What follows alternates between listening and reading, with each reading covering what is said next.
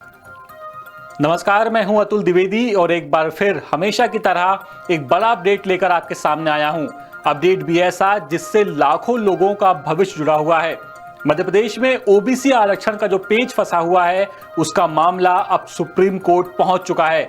Supreme court ने OBC आरक्षण के तमाम रुके हुए मामले जबलपुर हाई कोर्ट से सुप्रीम कोर्ट ट्रांसफर करने का आदेश पारित कर दिया है। आपको बता दें कि सुप्रीम कोर्ट की कोर्ट नंबर 3 में 20 अगस्त को इस मामले पर सुनवाई हुई और सुनवाई के बाद सुप्रीम कोर्ट ने यह आदेश जारी किया है कि मामला अब सुप्रीम कोर्ट में सुना जाएगा। और इस सुनवाई में सुप्रीम कोर्ट ने पहली नजर में 87-13% फॉर्मूले को अवैधानिक मानते हुए 2 याचिकाओं में मध्य प्रदेश सरकार से जवाब भी मांगा है।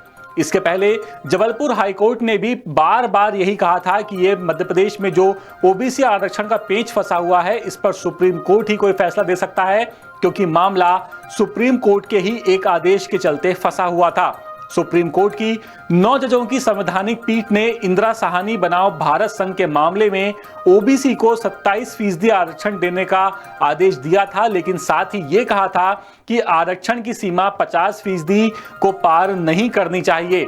सुप्रीम कोर्ट ने पहले तो 27% आरक्षण का प्रावधान किया, लेकिन 1992 से ही मध्य प्रदेश में ओबीसी को 27% आरक्षण नहीं मिला और उसकी सबसे बड़ी वजह आरक्षण का 50% लिमिट को पार करना था। लेकिन कमलनाथ की जब सरकार बनी तब सरकार ने ओबीसी को 27% आरक्षण दे दिया और आरक्षण की सीमा 50% कोटे को पार कर गई।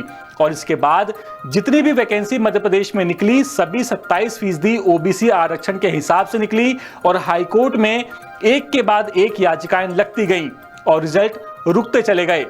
अंत में सरकार ने अपनी नाक बचाने के लिए 87-13 का फॉर्मूला निकाल दिया, जिससे और परेशानी बढ़ गई।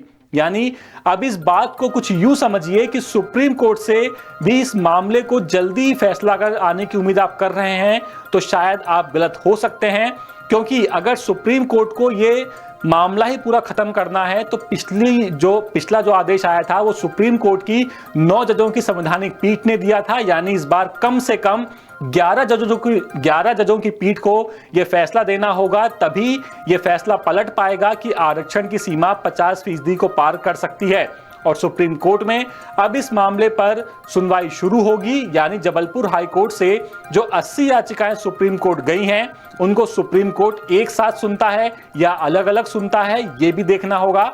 यानी अब एक बार फिर से ये मानकर चल सकते हैं कि और ज्यादा लंबा इंतजार प्रदेश के युवाओं को करना पड़ सकता है और ये इंतजार जितना लंबा होगा, भर्तियां और अटकती जाएंगी। ये अपडेट हम आप तक जबलपुर से हमारे संवाददाता नील तिवारी की मदद से लेकर के आए थे। अपडेट्स के लिए आप बने रहिए द सूत्र के साथ। नमस्कार।